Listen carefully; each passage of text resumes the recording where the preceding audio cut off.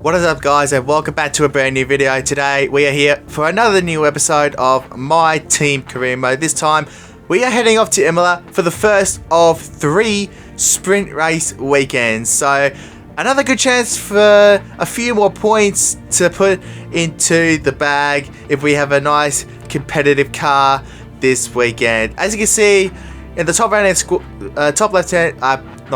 bottom left hand corner of your screen, a lot of you guys are still watching my videos, but a lot of you are not subscribed. So before you get stuck into this video, don't waste any more time. Make sure you give this video a massive thumbs up, subscribe to my channel, and turn on that notifications bell so you don't miss out on any new videos. Apologize again for the lengthy break between episodes. I know this is frustrating for you guys as viewers because you love my videos, and it's frustrating for me only because there's other crap that I have to do around the house, and yeah, it's very frustrating to get to.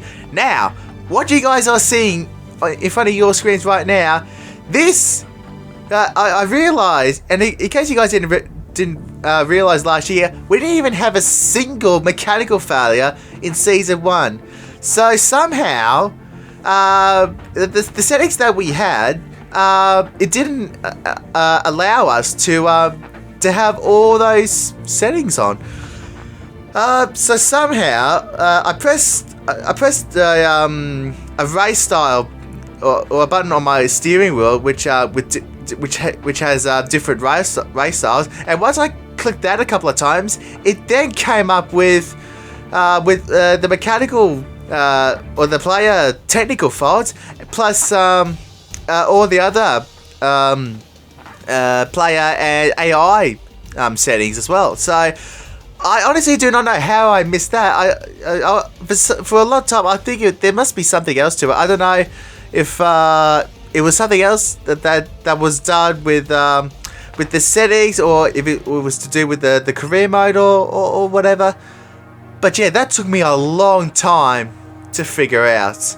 But now, with that put on, it makes a challenge for us to win a championship that much harder, which is what I'm up for. I'm up for a fight, and I'm up for a challenge to for this stuff to happen. So anyway, we had I think we had a DRS or a drag reduction upgrade go in the car for this weekend, and it will definitely help us from the second Ravazza on the way to turn 2, which is the little chicane. Really, it's turn 1. Anyway, so good haul of resource points. We can consider doing a couple of durability upgrades, and then we are going to head off to Quali for the sprint weekend. So hopefully we can have another Q3 appearance, which would be really awesome.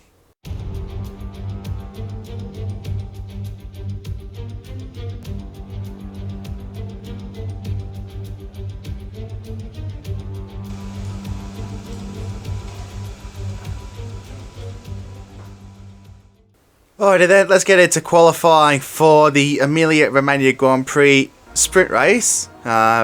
In this regard, nice and sunny for the whole weekend. There is a little bit of a chance that we might see some rain towards the end of the main race, but I don't think it'll worry us too much as we go wide at the end of the second chicane. As we exit the first sector, we go into the second sector. So first lap, as always, bit scrubby, nothing really too exciting.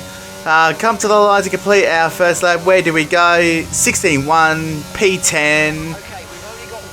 Again, I'm not overly convinced that it is going to get us through. What's the gap to 16th and 17th? Roughly half a second. I mean, even half a second is easy enough to find. But you know what? I think we'll take a bit of a punt, and we're going to save a set of tyres for Q3. That's if we even make it there. So Webber's gone out to try and better his position. I don't think he did, but we stayed comfortably in 10th place. So and Webber got through in the end. I think a few guys in the top 10 in Prix, which honestly didn't bother me because I wanted to take a punt to see if we would have been okay, and thankfully we were. So now we've saved a set of tyres for Q3, which hopefully in this case if we get through. So that first lap of 17.1, that's nearly a second slower than what we did, and that's on the same set of tyres that we use in Q1. So having used that old set means that we save a set for Q3, and that means we also get an extra set of soft tyres, which we give it to us by the FIA if we make it into Q3. So that's the plan that I've run with. As you can see here, we are giving Mark a nice tow all the way around the lap. Because of these new cars, the dirty air isn't quite as effective, so with Mark that far behind, I think he should stay very close indeed. I've always struggled at the second chicane throughout the whole weekend, even in the early parts, but over time I've gotten, so much better after so much practice. So we're on board for the whole lap. Good run so far, 5 tenths up, halfway through though. You can see Mark is starting to get a little bit closer. Maybe the dirty air is starting to come into effect a little bit, which will slow both of us down. Hopefully it doesn't affect us too much. He is a little bit further behind at this stage. We are 7 tenths up on, is it Leclerc's time that we're looking at? I'm not 100% sure, but we're 7 tenths up on our previous lap. So hopefully this could be close. Very close to get us into Q3. Let's see how good of our run is out of Ravazza. Fairly good, actually. We're going to stay as close to the wall as we can. Well, probably didn't stay as close. But we were fueled for a secondary push lap if we needed to. And we are in P11. So that first lap wasn't good enough to get us through. So anyway, we are going through the third sector right now. We are finding a bit more time. We ended up by improving by just over a 10, but it wasn't enough to get us into Q3. And as you can see, comparing our times with Mark, we were not that far off, and the run that we got out of Ravazza wasn't quite as good as our previous run. So if we improved, or if we didn't get such a bad run out of Ravazza, we would have been finishing ahead of Mark. But we're that close to each other. Hopefully we can provide some great teamwork and get both of our cars into the top 8, because it's only top 8 that get points in the sprint. Forget pit stops, forget fuel management. It's pedal to the metal all the way here as we get ready for today's sprint. And we are pretty much ready to go. Simple 11 laps around here. Well, it could be simple if things go very smoothly. We're going to underfuel the car a little bit here. I do believe that our fuel consumption or fuel usage won't be too bad, which will be a good thing, which means we can push all the way, well, sort of, as long as we can stay out of trouble. That will be very good for us. Anyway, here we go. 11 laps ahead of us. Do we survive? We're about to find out. Away we go. Good initial launch of the lap. But look at everyone else getting alongside us here. We've gone from 11th to 13th, and now we're touching with Pierre Gasly. We head into turn 1. Webber locks up, nearly goes into the side of Ocon. We get touching with Gasly. Mick Schumacher gets us as well. Someone else is on our outside. It's Kevin Magnussen in the Haas. We'll let him go. And at the position, everyone else is slow up ahead. What are they like up here? We go up the inside of Magnussen, who gives us a massive squeeze onto the grass pretty much. Now everyone else gets a good run. Bottas is up our inside, and so will Stroll, because we're not going to do anything about it. Oh no, it's not Stroll, it's Sonoda. He gets up our inside, so we go from 11th to 16th in half a lap. That is insane. Well, we lost those other 2 spots thanks to Magnussen, who we are looking at right now. He gave us no space. To be honest, we were well up the inside. It's not really an overtaking spot, I know that, but we were well up the inside. And look, to be honest, look, he did kind of squeeze us out, and to be honest, we did kind of barge our car up the inside, but he's reacting to what everyone else is. Well, everyone is basically reacting to what's around them. And, well, yeah, I mean, the gap was open, the door was open, and I went through it. I was only about half a car length up the inside anyway. But, anyway, here we go, around the outside of Sonoda, and we get the move done, and it's a 2 for the price of 1 for Sonoda. He loses 2 spots there. Now he's under threat from the Williams, who's had to leapfrog the curb a little bit, but Sonoda hangs on ahead of the Williams. I think that was Albon who he tried to pass. Now we've got a big gap to Bottas ahead. Let's make sure that we get in the DRS of Bottas as quickly as possible. I would love to get some DRS here, which we were able to do in a couple of laps, and we were able to keep Lance Stroll behind. So now it's starting, the race is starting to come back to us a little bit here. As you can see, George having a look. I think it's Ricardo he's looking at, but here comes Ocon for a move at turn 1. There's contact between those two, and Russell holds on for now. But that little move from Ocon has really let Ricardo off the hook there. So he's got about a 1 second advantage, so he can go a lap without getting overtaken. Bottas, a little bit of a compromised line at the chicane, and he gets the move done. Yellow flag behind us. What's that all about? We'll grab a replay right now. On board with it's Lance Stroll. He's gone off the road, and he's completely put his foot on the brake, and well, here comes a couple of other cars. That Williams was sideways. I think it was Albon who was sideways on board. So he sees Bottas ahead, and oh, gee, had he gone into Bottas, those two would have been out of this sprint race. But well controlled there from Albon. I think he got a little bit too impatient on the throttle there. So yeah, insane moment there. Now it's a big moment here for us, a bit sideways ourselves. It seems. Quick look at Mark for this race. Holding stations, which is what I want to see. I don't want to see him losing places left, right, and centre like Piastri was, even when he was right up there, fighting for those fringe points. So it's good to see him hanging in there. Stroll is out of the race now. What's he done? But here comes Bottas. I saw him coming. So I tried to defend, but thankfully, well, we were able to go back to the normal racing line and fend him off. Here's what happened to Stroll. So he's fighting with Albon. There's contact between the two, and then he slowed down.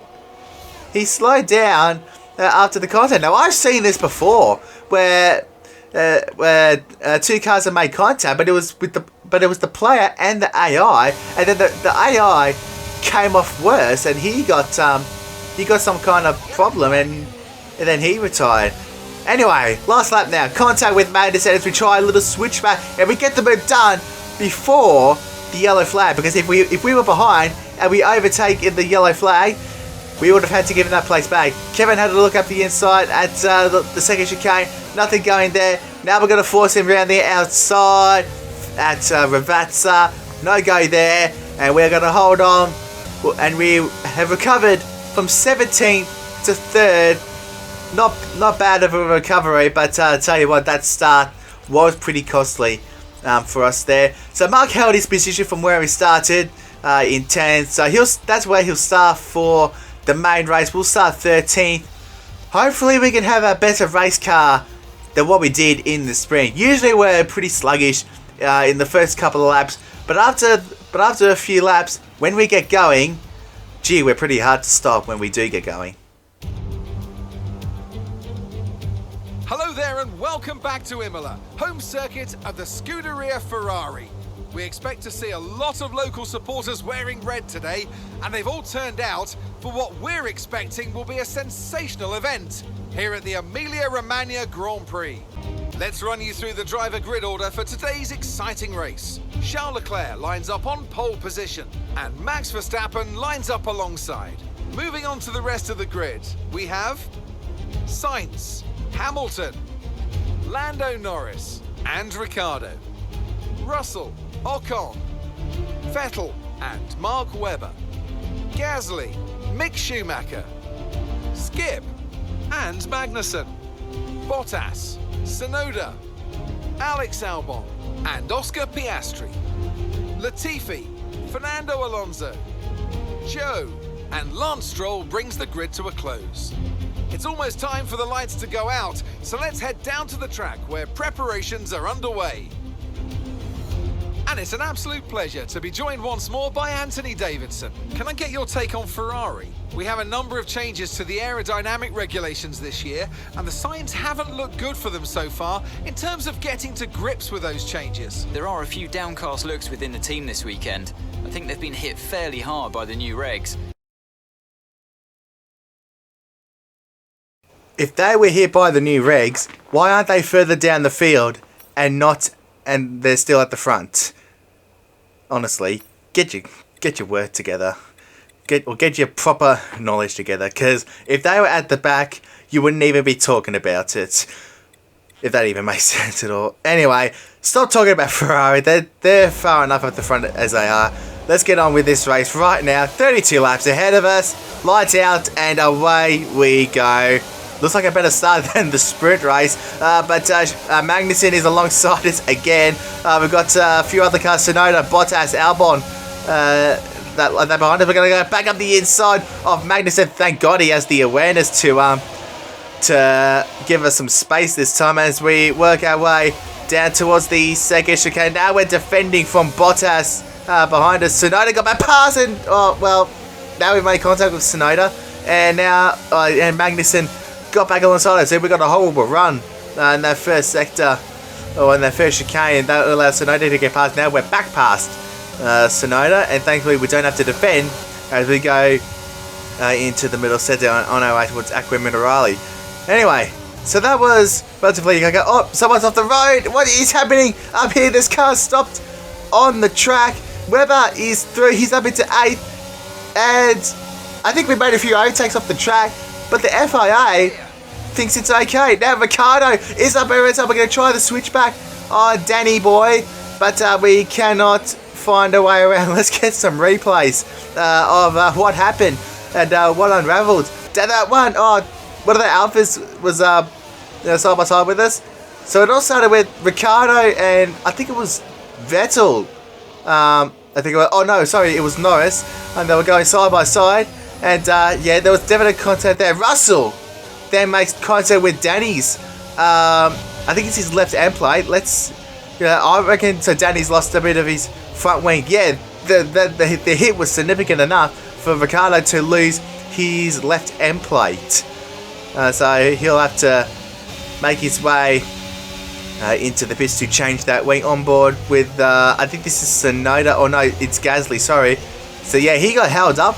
And those overtakes that we did off the track, the FIA thought that they were okay. Now, where's Lando? Where's he come out in all of this as a nice big gaggle of trains starts to form? He comes out right at the very back of that queue. So, yeah, that's unfortunate for Lando. Does he have any damage after that contact with Ricciardo? It doesn't look like it. I think he might be A-OK to keep going. And as you can see, he's already caught up to the back of the pack. So he probably won't have to wait too long to make some overtakes done. But as for us, we're already back up into the top 10, which is a good start for us. Yellow flag up ahead. What is this for? I wonder. Is that Mark? I think it is. He's got an engine failure on the second lap of this race. The engine's like, nah, screw you, mate. You're not scoring points today. And he is out of the race with 30 laps to go. So early in this race, and he is already out of the race. This is Danny now coming in to change his front wing. And by the look of it, he's gone on to softs. That is a very strange call there from Red Bull. I would have put him on the hards, in all honesty. Because you can run them long, and if you get lucky with a late race safety car, if you're in a decent position, or regardless, you chuck a set of softs on, and go all hell for leather. That's exactly what I would have done anyway. So, we're starting to build a bit of a gap to Gasly behind, but then it's just kind of stable. Oh, yellow flag. That is Vettel, who is very slow for some weird reason. He's lost out to Gasly as well. What's happened? So he's following this pack. Oh, he's on a 360. It's on a 360, and he's nearly taking himself out of the race by nearly hitting that barriers. And there we go through side by side as well. Here we go with Hamilton and Ocon. Sorry, so Ocon's going around the outside, which turns to the inside for that little for the right hander, but he's pulled the move off. So he's gone round the outside for the first part of the chicane, and he's worked his way past the 7-time champ, and now Lando Norris. Oh wait, no, sorry, that was the battle before Vettel made that mistake. So yeah, very, very nice move. Lap 10 now. We are working our way up through the field. Team radio, right here. Hamilton's ahead of you, and gap to the car in front is 4.1 seconds. They're on old mediums. Okay, they've done 10 laps on those tyres. We think they've got one more stop. The car ahead has some minor front wing damage, but it's currently maintaining its pace. Your last lap time was a 1:19.7, and you're closing by 0.4 a lap. Keep it going. So yeah, I was checking with Mark just at that point there, because I noticed a few laps ago that we were catching Hamilton, but I wasn't too sure what the reason behind it was. I mean, for us to have better pace than Lewis in general would be stupendous in the car that we're in. But no, I had to ask Mark. Well, what was going on there? Because it's not like Lewis that he would just be off the pace again. It's Hamilton ahead. Okay, gap to the car ahead is 2.9 seconds. They're on old mediums. We think they've got one more stop. The car ahead has damaged the front wing, but it seems fairly minor. And the time last lap was a 1:20.0. Okay, I had to double check again with Mark, because I just wasn't sure. Even after the first message, I simply just wasn't sure if it was the truth or not. So this is Lewis now, and if he has some front wing damage, he hasn't opted to change it. So I'm not sure if he's got front wing damage and it's affecting his pace. I don't understand why they would have changed it. Honestly, if it was me, I would have changed the wing. And lose the time, because I'd have the confidence in myself to get back past him. Anyway, so here's the rejoin with Vettel, and as he's on cold tires, he's not going to Vettel. The door's open with the lane through there, and the move is done. Thank you very much, Zeb. But the only downside to that is, once those hard tyres get up to temperature, eventually, he's going to have better pace. And so a few laps later, those tyres are very much in operating temperature, and now he is right behind us, or he's staying with us right now. But more importantly, we are catching Lewis Hamilton. So even with the minor front wing damage, we are still catching Hamilton. Vettel got a good run out of there. I think it's turn 7, and we're touching there, but we stay ahead for now. Ocon's another 12 seconds ahead of us by this one, so there's no chance we're catching him. Here's a nice little battle between Verstappen and Carlos Sainz. There's contact between those two, and Carlos is the one that ends up getting through, and it could be 2 for the price of 1 scenario for Max, but I think he stayed ahead of George at that point. So Hamilton's got a lot of clear air ahead of it, but as you saw there, he completely missed the second apex of that chicane, and that's what allowed us to go by. Now, I was looking at the replays after the race, and Team Radio. We think we might see some rain, ETA about 15 minutes. And as I said at the beginning of the episode, there was a possibility of some rain heading our way, and well, by the team radio message, Mark said that it was about 15 minutes away. With 10 laps to go, we might get a sprinkle, but I don't think we're going to see a change onto intermediates. Now, Vettel, he was a lot closer to us than we are to Lewis, but with the usage of our overtake, were able to stay ahead for a little while longer on lap 23 or 32. I don't see how Lewis is going to fend us two off, and it could be it could invite Alonso into the party as well, but he's a further 5 seconds behind us. As you saw there, Lewis got a horrible run. We're going to try and go around the outside, but Vettel is up our inside, and I honestly didn't know that Vettel was up our inside because I was too focused on Lewis trying to make that move around the outside. So, following lap, we're going to try again. Now, just watch how Lewis is misses that second apex. He misses it by a long way. We get a nice flowing run. There's almost an overlap, but we switch to the inside, and that is job done. So if Hamilton can't keep us behind, good luck to him trying to keep Vettel behind. In fact, I think Vettel might even have a look at turn 9 there, but he didn't on that occasion. Now I saved the full race to go back and have a look at Lewis. I can't exactly remember when he had his minor front wing damage come in, but from the first radio message, he was missing that apex so often. It was insane.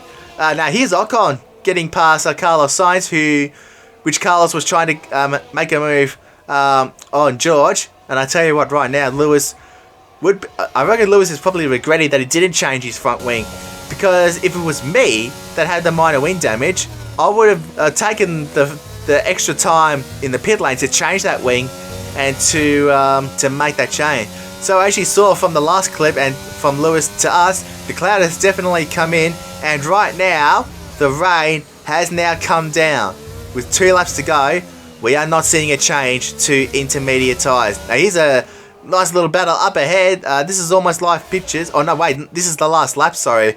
So we're on the last lap. This is the battle for 7th place, and the fight has allowed Alonso into the party. He tries to have a look at Vettel, but again, Lewis missed that apex, but he still got them covered. I don't know whether he's got enough. It's just extraordinary how he's able to fend them off somehow. Anyway, back to the front, and it's Charles Leclerc who's going to win in front of the Tifosi. He wins the Emilia Romagna Grand Prix. Is it for the second race running here? I'm not 100% sure on that. Maybe it was Carlos that won it here last time. Verstappen in second, Russell in third. Those three finished the race, and Verstappen has run into the back of the race winner. What has happened there? How does that happen post-race? He's got so much room on the inside, and he's just driven straight into the back of them. That is a lazy mistake there from Max. I'm sorry, but how the hell does that happen from a former world champion? I tell you what, their relationship is not going to be a good one, even if they were teammates. Anyway, we come home in 6th place. Alright, race over. Take care of the car on the way in. Great effort there from Ferrari to take the victory today. So, Anthony, what made the difference out there today? I think it was clear what the main contributing factor out on track was: speed. I know it sounds like an awfully reductive statement, but fast cars win races, and we saw that today with our winner. And here we are, a team that is no stranger to the podium, taking their place on top once again. A sublime race today, and a stunning win for Ferrari. Well, Verstappen's able to get his way onto the podium somehow, and right next to the man he crashed into. Hopefully there's no bad feelings between those two. I'm surprised though that to see the number 16 on Leclerc's hat and just on his race suit as well. So I'm surprised that hasn't changed. I thought that would have. I thought Cody's would have put that in, because Leclerc is world champion, because he's got the number 1 on the car, but he doesn't have it on his hat or his suit. Oh well. Hopefully they do that for next season. If anyone else can stop Max the way they go. Well, the reason that Ferrari is so good is because they go off. EA go off what was based and what we've seen in the very first race. So we saw that Ferrari had a 1-2. They had a very quick car, and of course Red Bull were a bit unreliable, and that's what we saw pretty much the whole season. Ferrari were just dominant. and yeah. But however, Red Bull were able to claw back those points, and clean up the mess that was made, and of course it was Red Bull dominance from Imola onwards, basically. But we saw how Ferrari just dominated the whole season 1, basically. So even with the updated patches, it hasn't even really done any damage. And honestly, with Leclerc still dominating at the top of the championship, even with the patch updates, nothing has even changed for me. So I wonder what's actually going to happen now, whether Red Bull are going to upgrade their car and get back to the front where they belong, or whether Ferrari are going to continue to run away with this championship. Well, they'll have to think of something really quickly. Anyway, back to our race, or our review on the race. Solid result. Disappointing that Mark had to retire on the second lap. Had he not retired, I reckon we would have been very close, or right on for a double points finish. I honestly think that Mark would have been right up there with Ocon, maybe. I don't think he would have been passing him for what was it, 5th, 6th? Oh no, it would have been 5th. So for 4th, sorry. So I reckon probably top 4, top 5 would have been the max for Mark had he not retired and had he kept the car pointing in a straight line. So there are good signs for this team. Mark is driving really well. If he can keep driving that way, then I reckon you could probably see out more racing years. I really do think that Mark has some more races left in him. If he keeps it up. But anyway, guys, thank you guys so much for watching. Leave a like if you enjoyed this video. Subscribe to the channel if you are new to see plenty more F1 and any other racing game content. And until the next one, I will see you guys next time.